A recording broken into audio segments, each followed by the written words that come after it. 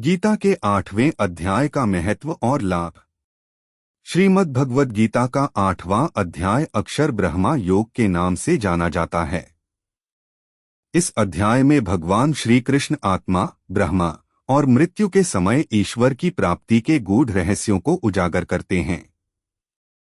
भगवान अर्जुन के प्रश्नों का उत्तर देते हुए यह बताते हैं कि मृत्यु के समय कौन से विचार और कर्म व्यक्ति को मोक्ष प्राप्ति की ओर ले जाते हैं।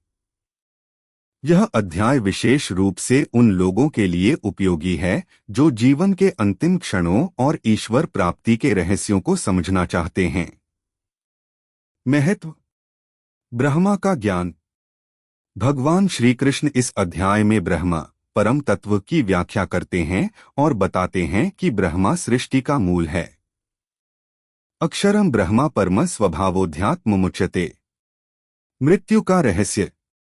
श्री कृष्ण यह समझाते हैं कि मृत्यु के समय जो व्यक्ति ईश्वर का स्मरण करता है वह मोक्ष प्राप्त करता है। अंतकाले च मामेव स्मरन् मुक्त्वा कलेवरम। योग के माध्यम से मोक्ष। इस अध्याय में ध्यान और योग के माध्यम से मृत्यु के समय मन को ईश्वर में स्थिर करने का मार्ग बताया गया है। ओम का महत्व। भगवान कहते हैं कि जो व्यक्ति मृत्यु के समय ओम का उच्चारण करता है वह ईश्वर के परम धाम को प्राप्त करता है। ओमित्येकाक्षरं ब्रह्मा व्याहरन् मामनुस्मरन्। दो मार्गों की चर्चा। श्री कृष्ण दो मार्गों का उल्लेख करते हैं। उत्तरायण मार्ग मोक्ष का मार्ग, दक्षिणायन मार्ग पुनर्जन्म का मार्ग। कर्म और भक्ति का संतुलन। भगवान बताते हैं कि कर्म और भक्ति के संतुलन से व्यक्ति आत्म साक्षात्कार और मोक्ष प्राप्त कर सकता है। लाभ। मृत्यु के भय से मुक्ति। इस अध्याय के अध्ययन से व्यक्ति मृत्यु के भय से मुक्त हो सकता है और आत्मा की अनश्वरता को समझ सकता है। आध्यात्मिक उन्नति।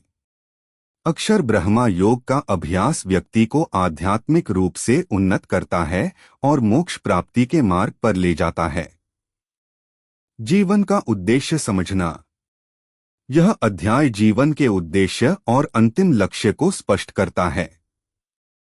ध्यान और योग की प्रेरणा। इस अध्याय में ध्यान और योग के महत्व को बताते हुए व्यक्ति को इनका अभ्यास करने के लिए प्रेरित किया गया है। ईश्वर का स्मरण। व्यक्ति को सिखाया गया है कि मृत्यु के समय ईश्वर का स्मरण करने से मोक्ष संभव है। संसार से वैराग्य। यह अध्याय संसार के अस्थायी सुख दुख से वैराग्य उत्पन्न करने में सहायक है। आध्यात्मिक शांति। अध्याय के ज्ञान से व्यक्ति को मानसिक और आध्यात्मिक शांति प्राप्त होती है। पुनर्जन्म से मुक्ति। जो व्यक्ति इस अध्याय में दिए गए सिद्धांतों का पालन करता है वह पुनर्जन्म के चक्र से मुक्त हो सकता है। निष्कर्ष। गीता का 8वां अध्याय मृत्यु, ब्रह्मा और मोक्ष के गूढ़ रहस्यों को समझने के लिए अद्वितीय है। यह व्यक्ति को ध्यान, योग और भक्ति के माध्यम से ईश्वर प्राप्ति की ओर प्रेरित करता है। अध्याय का अध्ययन करने से व्यक्ति न केवल जीवन के वास्तविक उद्देश्य को समझता है बल्कि मृत्यु के समय भी ईश्वर का साक्षात्कार कर सकता है।